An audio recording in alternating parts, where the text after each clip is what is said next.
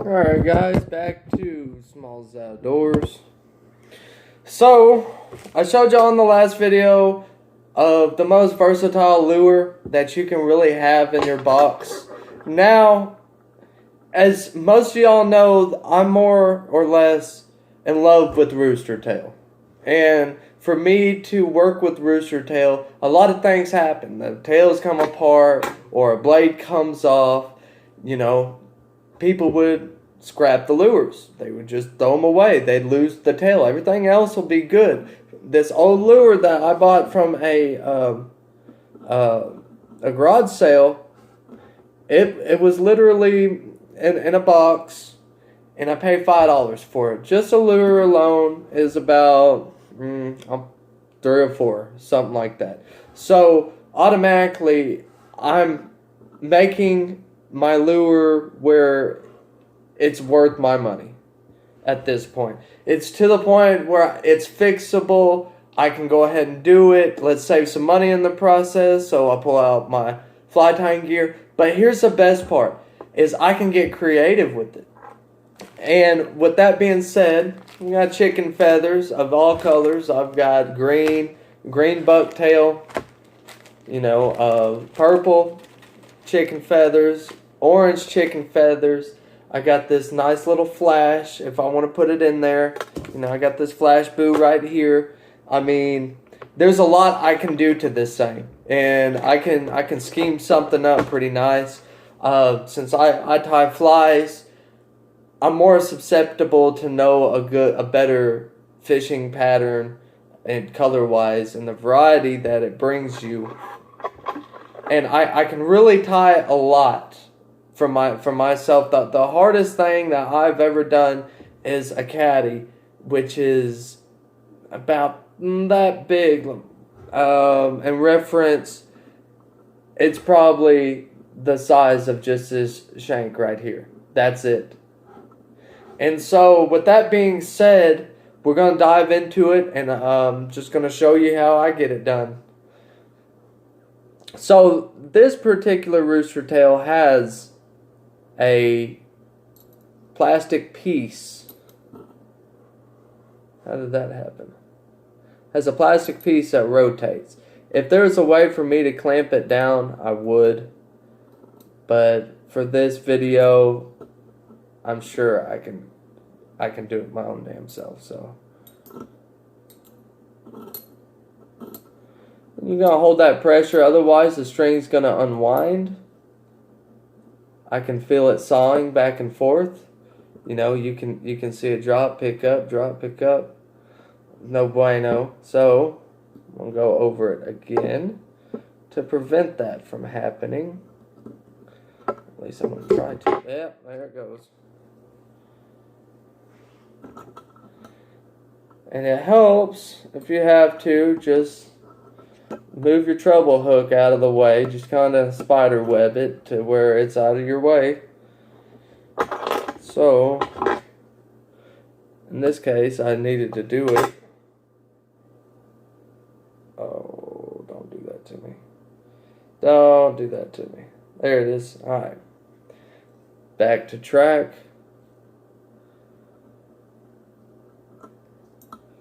If you have to, hold it with your finger. Just do what you got to do to make it work. I mean, it's a process for sure. Now, try to do it like this. You always have to go the same way when you tie flies. If you don't, then I'll be no bueno. No, still doing it. Well, that's another way I can do it. I'm just going to build it up and make sure it don't slide on down. There we go. Okay. Now I can hold. Just sometimes you just got to figure out your own little method to this. I hear rolling. I just don't see it. Okay, so with all that being said, let's go ahead and add what we want to. Since the body's green, we're going to keep it green. So you're going to grab a little deer tail. You don't want to get the flat spots of the deer tail where you've already cut on. It does not work that way. So, just go ahead. You can cut a little bit off. Let's scoot it down a little bit. And then, go ahead and stick it on top. I can't stand treble hooks. A couple loose wraps first. And then there we are.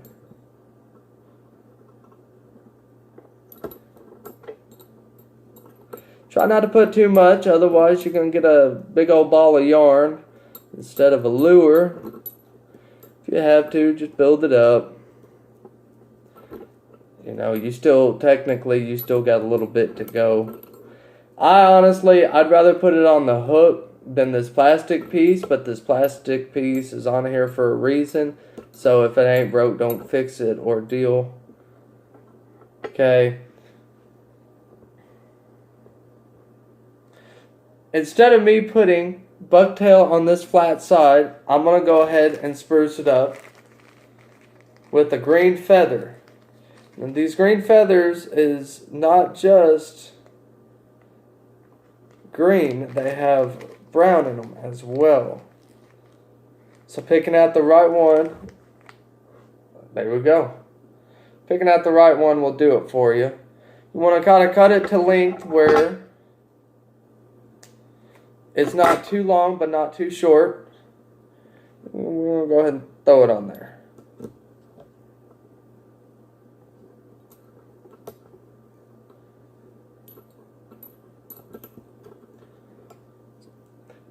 And it's the wire that holds the body together from the eye all the way down to the hook is very flimsy. I want to make sure I'm not bending it out of proportion. Another key to doing it. And you can do this to any rooster tail. So don't think it's just this old one, it's any of them. Might have to get some more yarn here pretty soon.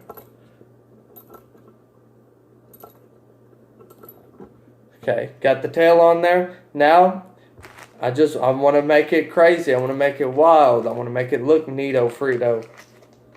So, I'm gonna throw a little. I want it to set aside from what you buy in a store. And the reason being, if it works, well, you just made your own bait and you did it out of your own knowledge.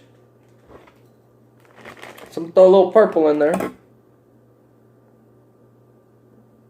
Just stick it down right here.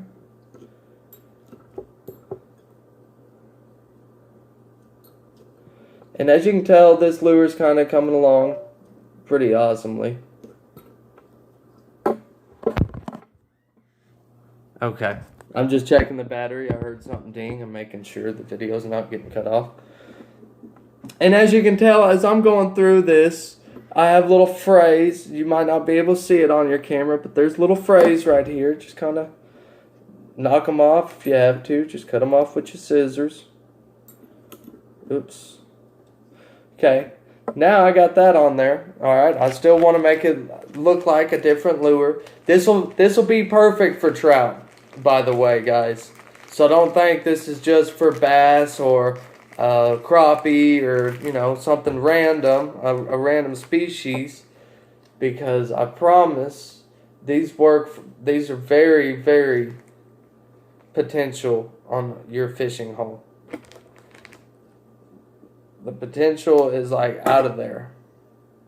Because number one, not a lot of people fly fish anymore. You see it every now and again, but you really don't see a lot of people fly fishing. Let me get the feather. There it goes. So, I'm putting a lot of string on it. It's not spinning no more. Okay, that orange really adds to it. So now I want to add some flash. I want to add something that sparkles in the water. Otherwise, all this would kind of be for nothing. So what I want to do is I want to spin it back over. All the hair is falling out. I want to spin it back over. I'm going to kind of cinch down some loose ends.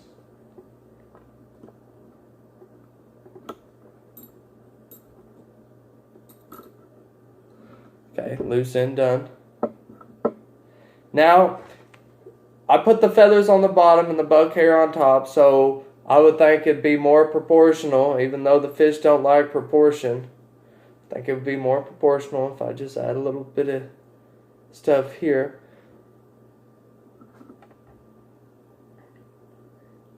And I will show y'all on one of the videos of me going out into a pond or lake and show you what this little bad boy can do. You're like, well, you know, it's small for a bass. No, that's why you add larger feathers. That's why you add the long ones. You know, that's why you add way more to it. You want to make it look big and bulky. You know, you can put more hackle on it, or you can put more duck or deer tail on it. I mean, you do what you got to do. And this is just one of the things that really helps put fish in the boat. Okay, now that's done. I want to add these because, you know, these are more uniform and they stay together, so I want to add something that's just makes it look wacky. And I'm not adding a lot, just a few strands.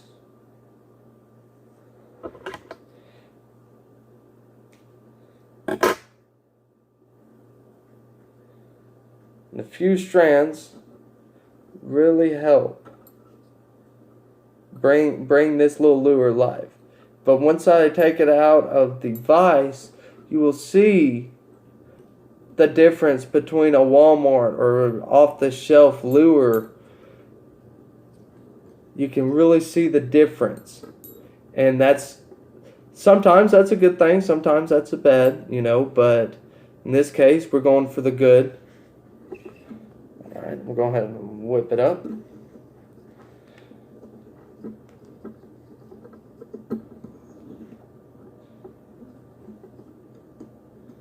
And one more time. Just for the sake, you know, if you can't tie a knot, tie a lot. Always works. Or you can use super glue. Ain't going nowhere. Ain't gonna come out a knot. Boom. Now, it looks kind of psycho. Get that old string out of there. Should never did that in the first place, but it worked for its time.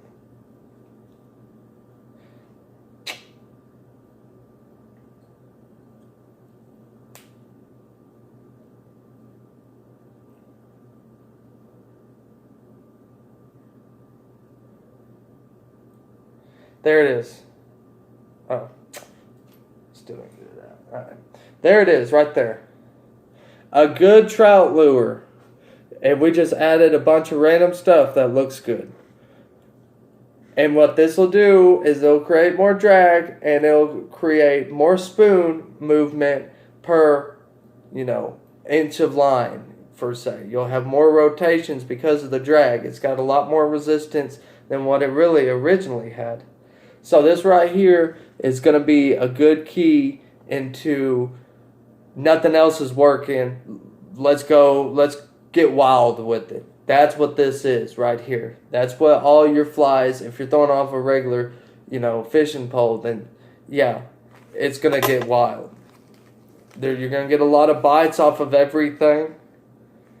And I'm going to see if I can do one more for y'all about, you know, the flies that I can tie, and I will show y'all a good wet fly, a woolly booger is what it's called. I'll show you that, and maybe y'all can send me some of y'all's videos if y'all come up with them. See what y'all can create.